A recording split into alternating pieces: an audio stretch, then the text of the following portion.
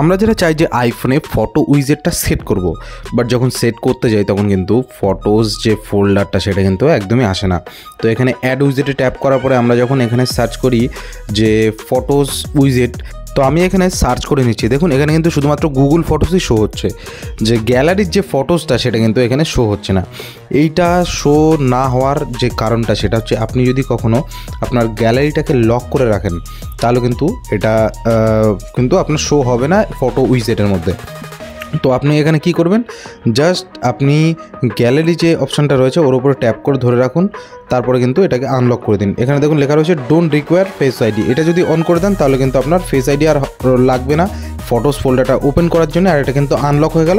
এরপর আপনি হোম স্ক্রিনে যে কোনো এক জায়গায় ট্যাপ করে অ্যাড উইজেটে ট্যাপ করুন। এরপর আপনি কিন্তু সার্চ করলেই উইজেট যদি সার্চ করেন সেখানে কিন্তু আরামসে আপনার ফটোসটা কিন্তু চলে আসবে। এরপর আপনি একদম সুন্দরভাবে কিন্তু আপনার ইচ্ছা খুশি মতো ফটো ফ্রেম এখানে কিন্তু সেট করে নিতে পারেন উইজেটের মাধ্যমে।